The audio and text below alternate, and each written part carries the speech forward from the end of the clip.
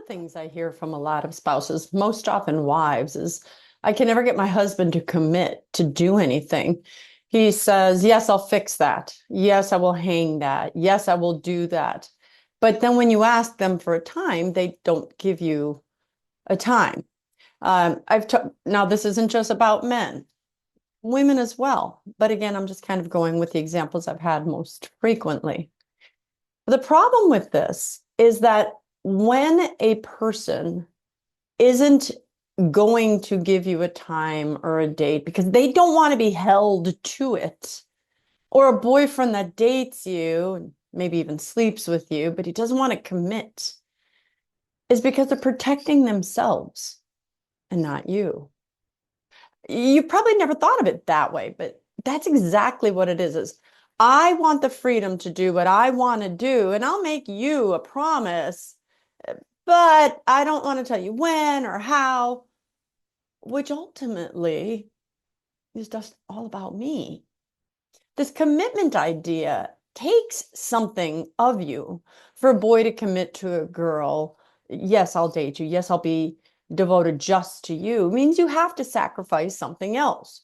The teenage boy dating the teenage girl means he can't date another girl while they're together and maybe they'll break up. Or bigger odds, right? When you're married, I don't know if I want to commit to marry you because once I commit to marry you, this is men or women, that's it. Done shopping forever. I mean, that's your whole life. So we understand that you should be very careful before you commit, which, by the way, young ladies, is a reason you shouldn't have sex with a boy before you date him, because then you won't get the commitment. I'll talk all about that in another video. But once you're married, and we think of these tasks, for instance, you want your husband to do. And again, this is where there tends to be a gender difference. Many women say, how do I get my husband to do this or to do that? My husband would laugh, we'd laugh together because I asked him to do something. And at one point I started peeling wallpaper off of our bathroom wall. And he's like, oh, well, what are you doing? You know that once you start, I'm going to have to fix that. And I'm going to do it. I was like, yeah.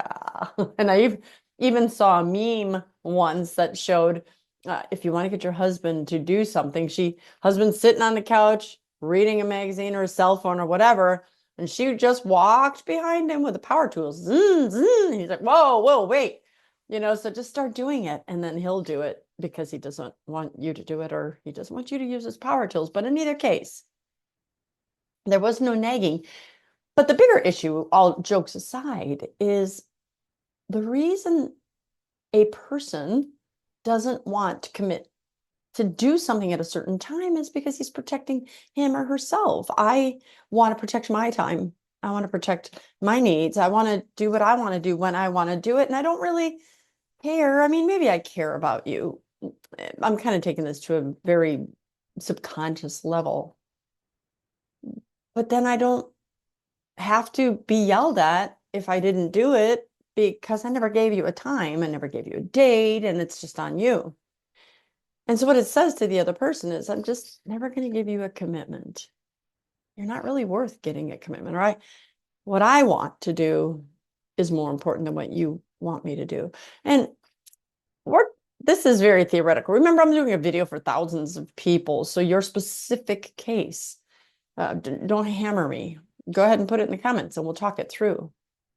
But ultimately, that's what we're getting to, is that when you say, yes, I will do this project by Friday, there's a sacrifice involved. You have to make a commitment. And now you're just putting yourself out there because now you've got to actively find some time to do this thing for the other person.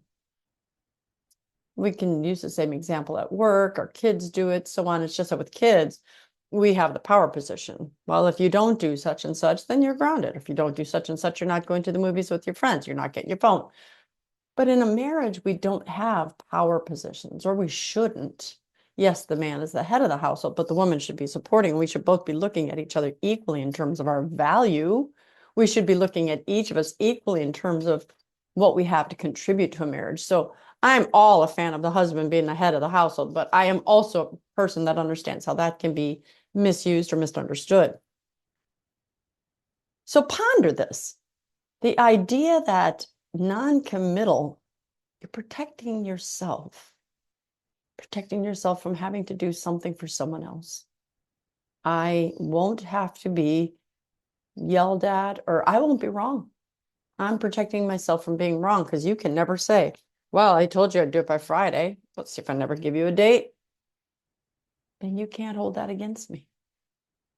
And yet the other person gets hurt or bothered or sees that they are not as high a priority to you as you and your needs are to yourself. There's a balance. Find that balance. Perhaps if the person's asking you to hang a picture, but you've got a thesis to write by Friday, there's a little bit of a difference. But are we, summing it up here as Catholics, caring more about the self or the other? Do I want to protect myself, or do I want to provide for you? What are your thoughts? I'd love to hear. I'm Dr. Christine Bacon. Thanks for watching yet another informational Bacon Bit. And as always, remember to live your life sunny side up.